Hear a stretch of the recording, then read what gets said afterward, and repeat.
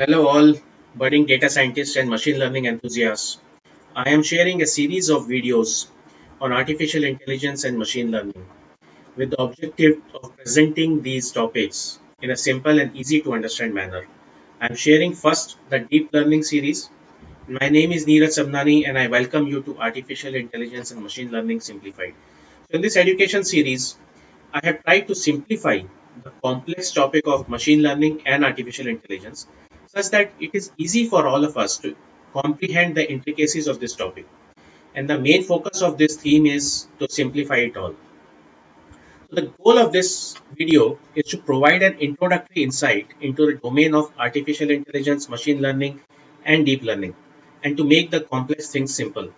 Hope you find this video useful and helpful. Kindly subscribe to my channel to help me reach more videos to you. Let's embark on this journey of unraveling the neurons and neural networks that forms the basis of deep learning. So in this video, I will go through the relationship between artificial intelligence, machine learning, and deep learning, along with their meaning. Then we'll also cover different type of machine learning. We'll try and understand why deep learning is become so important these days.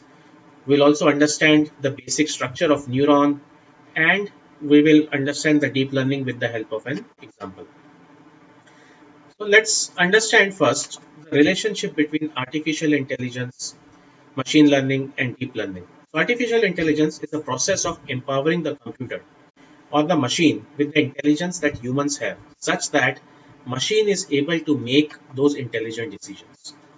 Whereas machine learning is a subset of artificial intelligence where we provide a data set as an input to the computer and allow the computer to learn the relationship and the patterns from that data set instead of we manually hard coding those rules, which is done in the typical software development process.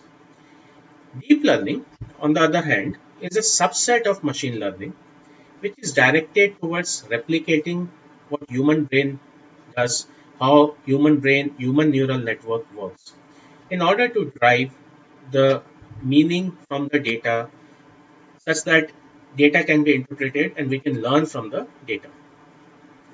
So having looked at briefly what machine learning is, now let's understand different types of machine learning. We have typically three types of machine learning: supervised learning, unsupervised learning, and reinforcement learning. In unsupervised learning, the data set given to the computer has a set of input variables and it also has a labeled output variable.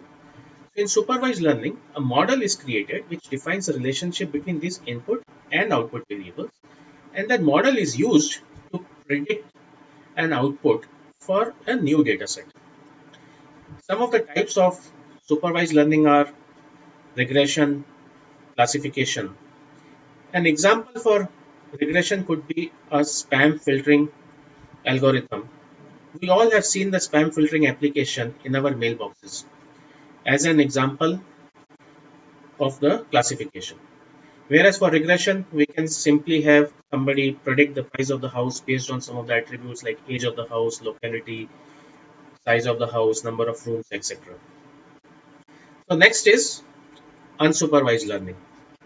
So in unsupervised learning, a data set is given to the computer which does not have an output variable, but it has only input variable.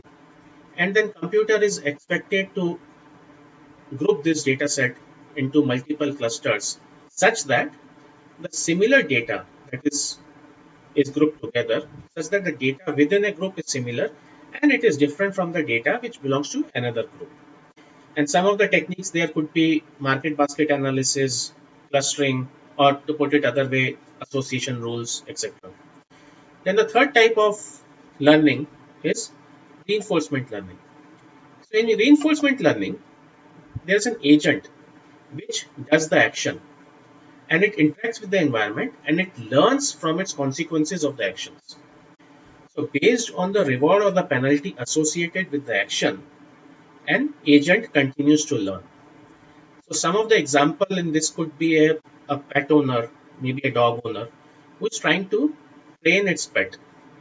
So the dog owner will reward the dog for every action the owner wants the dog to repeat and will not reward the pet for the action which he doesn't want the dog to repeat. And based on the response from the pet owner, the dog will learn and will correspondingly do all the actions which result in the maximum rewards for the pet. So there are two commonly used terms called exploration and exploitation, which guide the action of an agent in reinforcement learning. In exploration, as the name suggests, agent will explore new paths, will exercise new choices with the objective of finding the most optimal path. Whereas in exploitation, it is about choosing a known path which is expected to give the maximum return based on the past experience. So there is always a trade-off between exploration and exploitation as far as agent is concerned. But the objective is always to maximize the reward. So having looked at machine learning, now let's try and understand why deep learning has become so popular now. If we look at the history of artificial intelligence was introduced in 1950s and the neural network in 1980s. Deep learning came into being somewhere around 2006 and then commercial application of deep learning started from 2010. So what has happened now that deep learning has become so popular? Let's first understand, are there some challenges or limitations with the traditional machine learning techniques? So these traditional machine learning techniques typically are not very useful when we work with high dimensional data, which means data having lots of variables. Also, with the growth of social media file with many audio and video data sets, it is very difficult for machine learning to process this data and provide a meaningful output.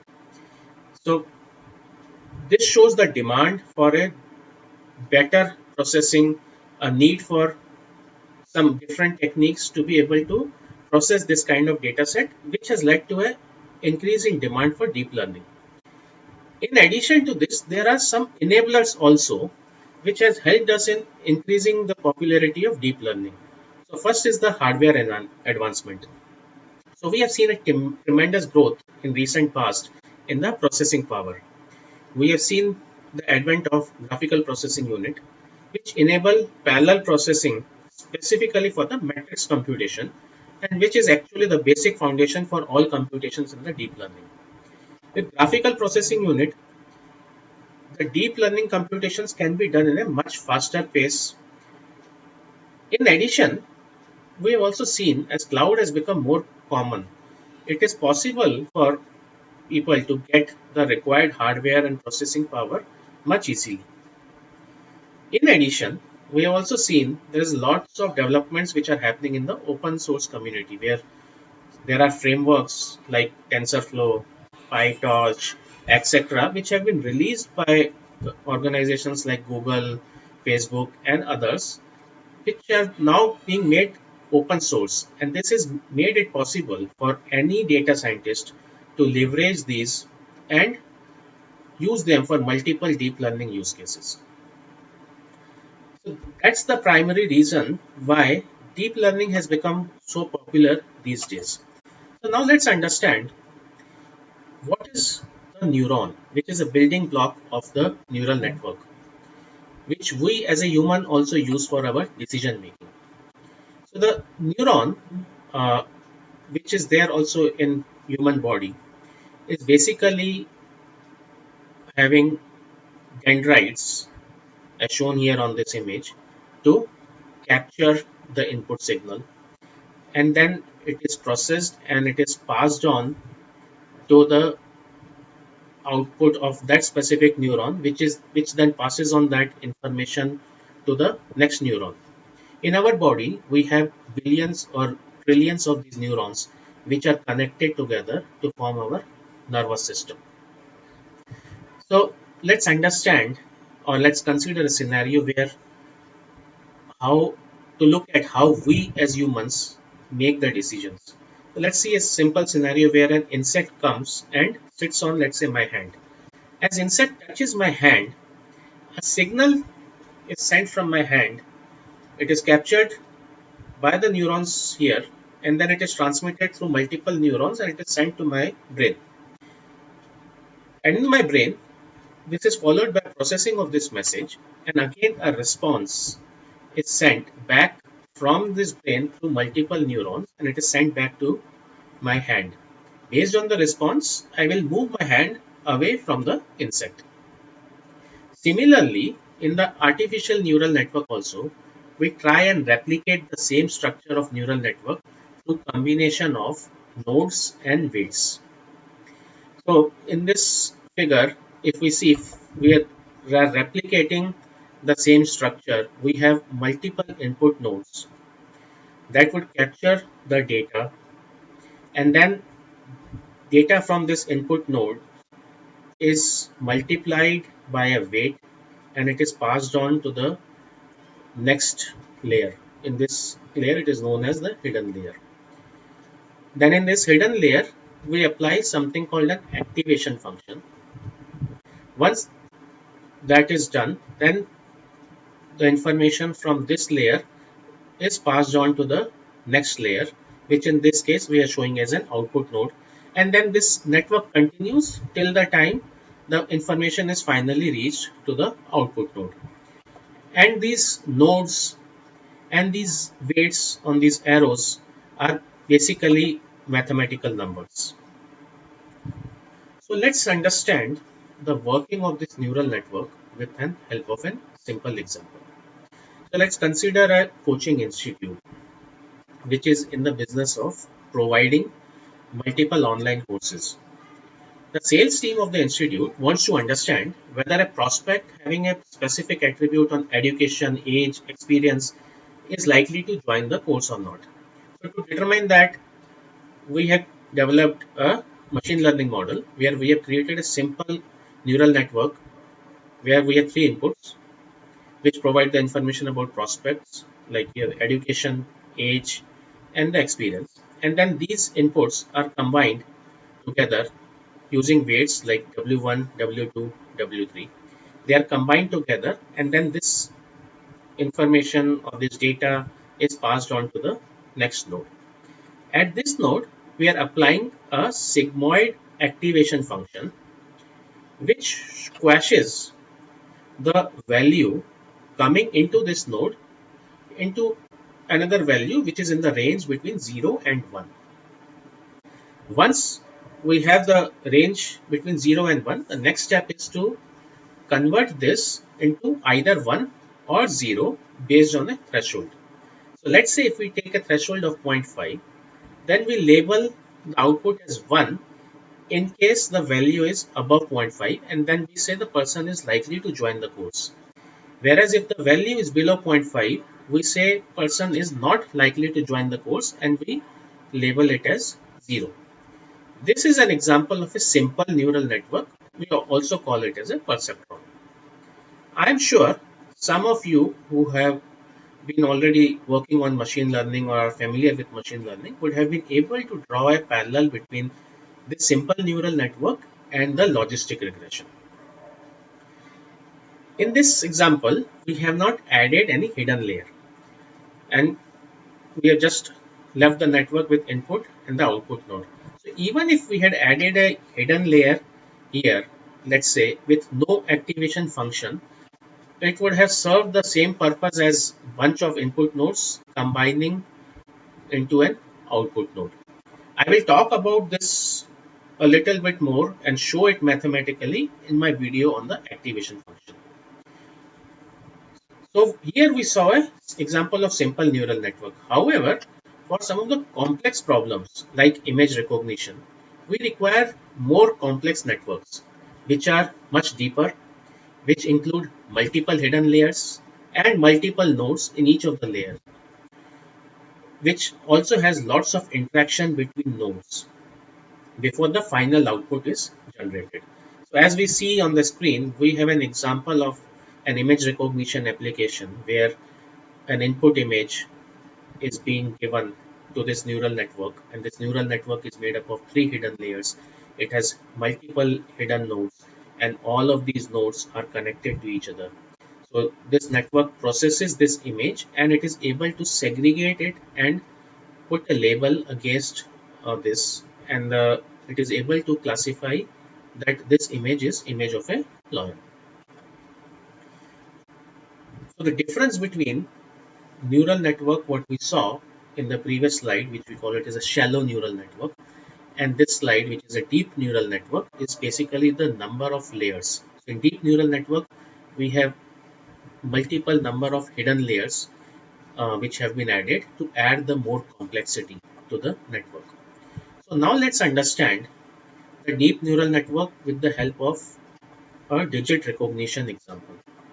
I am sure some of you who are driving your own vehicles would have noticed multiple cameras installed on different highways. And not sure, maybe some of you might have even got some traffic ticket for overspeeding. So the identification of the speeding vehicle is not a manual process. We don't have a traffic cop on the highway to capture the details of the speeding vehicles. It happens using a simple image recognition application. An image recognition application identifies the vehicle number from the image of the vehicle. While identification of the vehicle number from these images is easy for humans, it is not that easy for computers because of the way these numbers are written in different format with different intensity, with different variation. So let us see these images, and if I look at number 6 here, it can be interpreted as 6 or 0. Similarly, the other number 6, this can be interpreted as 6 or 5. And this example again can be interpreted as 6 or 1, whereas this can be called out as 6 or 0. And then same applies for all the other digits where each digit can be represented as in a different format. So in the neural network, when we develop a neural network to identify these images, we give an input. So in this case, we have given an input of 6 to this neural network, and the network has multiple hidden layers. For representation, I'm showing one layer here, and then each hidden layer and the node is able to capture a part of that image and is able to learn a part of the component of this number 6. And these all are combined using different weights here to provide an output which could be of any number between 0 and 9, and the one having the highest probability is given as an output from the system. So now let's go a little deeper into this example, and let's try and understand the complexity of this network. So typically these images are in the form of 28 by 28 pixel, and they have to be flattened into an input vector such that that input vector can be given as in to the input layer. And these networks for digit recognition have got multiple hidden layers. In this image, I have represented two hidden layers, each having around 10 hidden nodes. That is just from an representation perspective. In the actual image recognition, there are even more number of hidden layers with more number of nodes.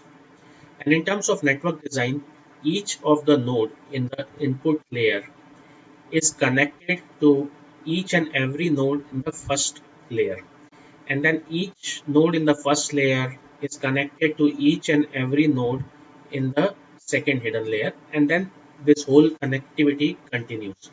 So in the fully connected dense neural network, we have connection of all the nodes from one layer to the next layer.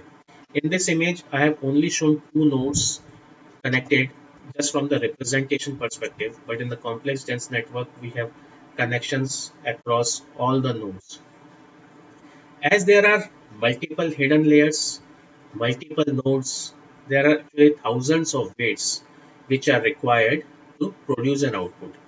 And it is not possible for a human to fine tune these weights manually, and hence a deep neural network is required to learn these weights on its own. So now let's do a next level of pass to see how this network learns.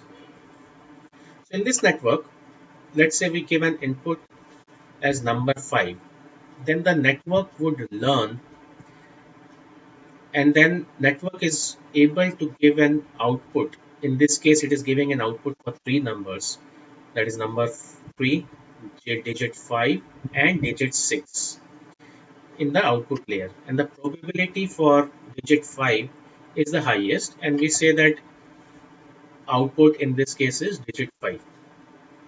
So how does this network learns? So typically if I look at number 5 here, it is made up of multiple subcomponents, a horizontal bar here, a vertical bar, and the curve edge. So there is a high possibility that some of the nodes in the second last layer, which are able to capture some of these components, they get activated when number 5 is given as an input. So in this case, this node is able to capture curve edge, this node is able to capture horizontal edge, this node is able to capture a vertical edge. And we also assume then the nodes in the previous layer are able to capture some of the smaller components of this. So let's say if I look at the horizontal bar here, which is again made up of multiple smaller subcomponents, and these subcomponents are captured in the prior layer. So this is again from the representation perspective of neural network, of how the network learns, how different components of the digit are learned through different layers. In actual image recognition, we are even using some of the advanced algorithms like CNN, LSTM, and then I will be covering the details of that in the subsequent video.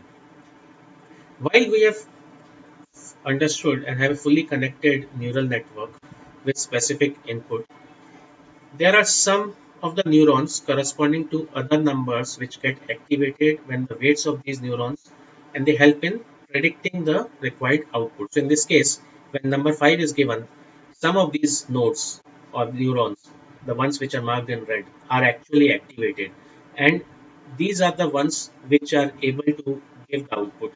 While connections are built and we have fully connected network, but then some of these will get activated when number 5 is given, some of these others will get activated when another number is given as an input.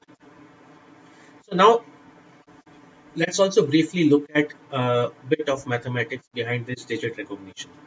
So each of these output node will get an input from the nodes of the previous layer, which are multiplied by the weight, and we also add a term called a bias term to that. So in this, if I look at it, the weights from the the weights on these arrows are multiplied by the values in the previous layer, and then they give an input to the output node, and then an activation function is applied in the output node.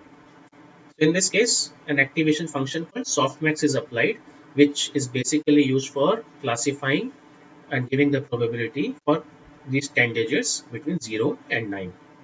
And then the same process of combination of weights and then application of activation functions happen in all the previous layers and in all the previous nodes as well. So during the training process, initially the weights are assigned randomly, and then the output is generated. Then that output may or may not match the actual output, and then that is then compared with the actual output, and we compute something called the loss, which is the difference between actual output and the predicted output. Then there will be multiple iterations that will continue to happen, and network will try and minimize the loss, which is the difference between predicted and the actual output, in such a way that we network continues to update different weights, and this updation of weights and this minimization of loss happens through a process called back propagation. So I have mentioned few terms here like activation function, back propagation, losses.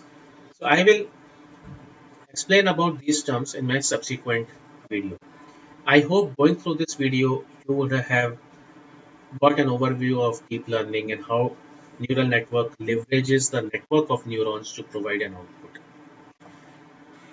So let's recap some of the topics which we covered. We understood the relationship between AI, ML, and deep learning. We also understood why deep learning has become important. What are the different types of machine learning? We understood the basic structure of neuron, and we also understood the deep learning through an example of digital recognition. I hope you would have picked up some nuggets and would have understood the basics of deep learning. Please like this video by clicking on the like icon and share it with your friends. Kindly subscribe the channel to receive more inputs and more videos. Thank you for watching this video and happy learning.